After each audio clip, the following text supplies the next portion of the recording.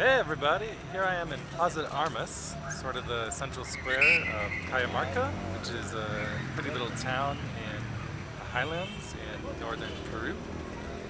And I'll just give you a little breeze around, a little tour.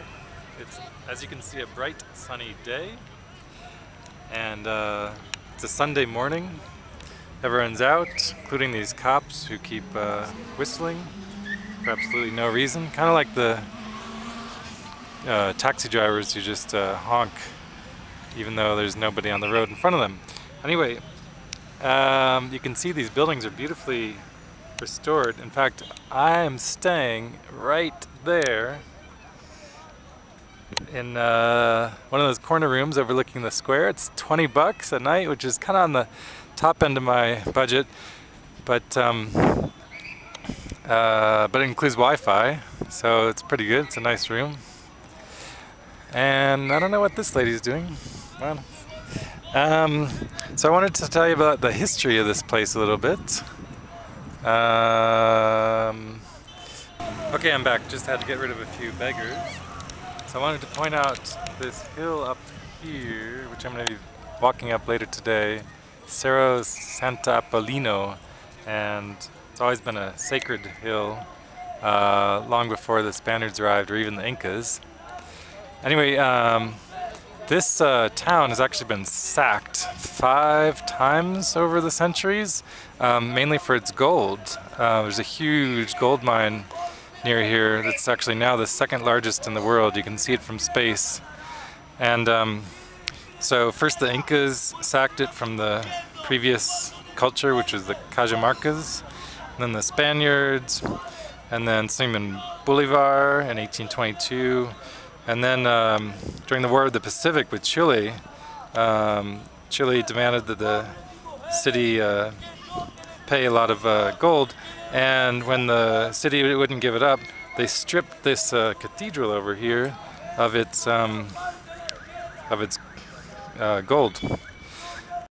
But the coolest thing about this very plaza that I'm currently standing in is that it was the exact site of the fall of the Incan Empire in 1532. I'm just going to read you a bit from my moon travel handbook, because they tell it best. So the leader of the Incas, Inca Atahualpa, first heard the news of a strange group of bearded white men traveling into his empire. His first thoughts were to breed their marvelous horses, sacrifice most of the Spaniards to the sun, and castrate the rest to guard his wives and do household chores. He never dreamed of being captured by the Spanish. And in fact, when they first rode into town, he was soaking in the baths near here with his concubines, which I'm going to be visiting tomorrow. The baths, not the concubines. Anyway, this Spaniard conquistador, his name was Francisco Pizarro, and he had incredible audacity. He had just spent 2 years searching through South America for the heart of the Incan Empire, and he finally found it here. He only had 150 men left and only 60 horses, whereas the Incas had about 60 to 80,000 soldiers fresh from battle. They had just had a civil war with his half-brother. So he was outnumbered by the Incas about 500 to 1. And in spite of this, he said, "Hey, Incan leader, why don't you come meet me on this very square?" So the Incan leader, because he was like so overconfident, he arrived dressed in his ceremonial garb and surrounded by not by armed warriors and stuff. So the Spaniards hid out in some warehouses right down here that were filled with wool and cotton and stuff, which, by the way, the Incas valued wool higher than gold. They couldn't figure out why the Spaniards were going crazy over this gold business, because up here in the highlands, wool is a lot more useful than gold.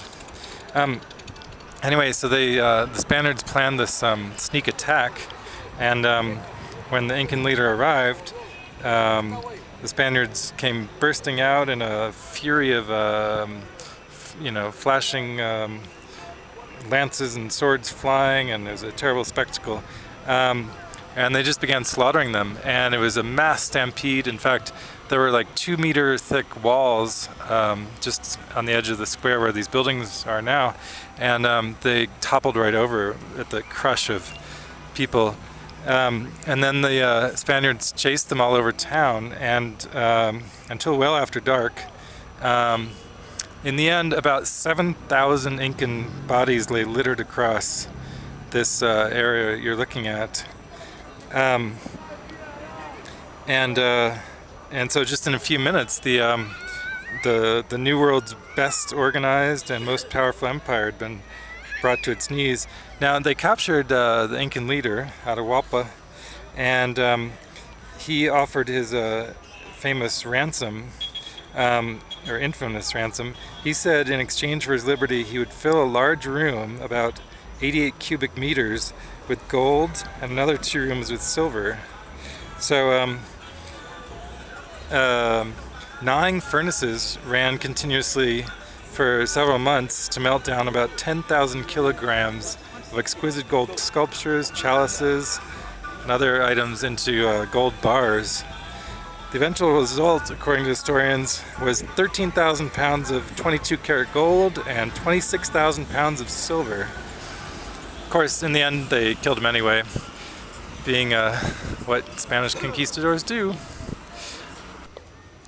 I just had a funeral past me. You can see the remnants of it over there. And also some students approached me and interviewed me on video in English for their class. So that was fun. I love just hanging out and seeing what approaches. Anyway, I wanted to add a couple more points to that history I was just talking about. The Incas are this incredible empire because in a really short period of time, like I think just over 100 years, they built this amazing empire. In fact, they had only been here in Cajamarca for 60 years, and already they had built these enormous systems of roads and canals and stuff. The famous Inca trails, which are the old roads, went from here. So we're right now exactly halfway between Cusco in the south, which was one of the capitals of their culture, and Quito in the north, which is present-day Ecuador. And during that time, so of course horses weren't introduced until the Spaniards arrived. They weren't native to South America, and so what they would do is they had this elaborate system of messages which were not written down. They instead tied a series of colored ribbons in certain patterns of knots, and they had these runners that would formed a sort of pony express, and they used to literally sprint, not the entire way, and what they would do is kind of form these relays where they would where they would sprint from one way station to another and then hand off the messages to the next person.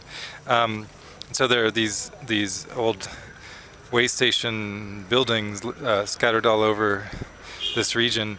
But what was amazing is that using this system, they could communicate hundreds and hundreds of kilometers, in some cases thousands of kilometers, in just slightly more time than it takes to travel that distance on a bus today. And this is only using human feet, not any horses or wheels or anything. It was crazy. So all told, there are 30,000 kilometers of Incan roads. And so, like I said, I'm standing right now kind of in the midway point between Quito and Cusco. And so tomorrow, actually, I hope to walk about 20K of one of these old roads to this market town, which should be interesting. Okay, I think that's probably enough for today's video.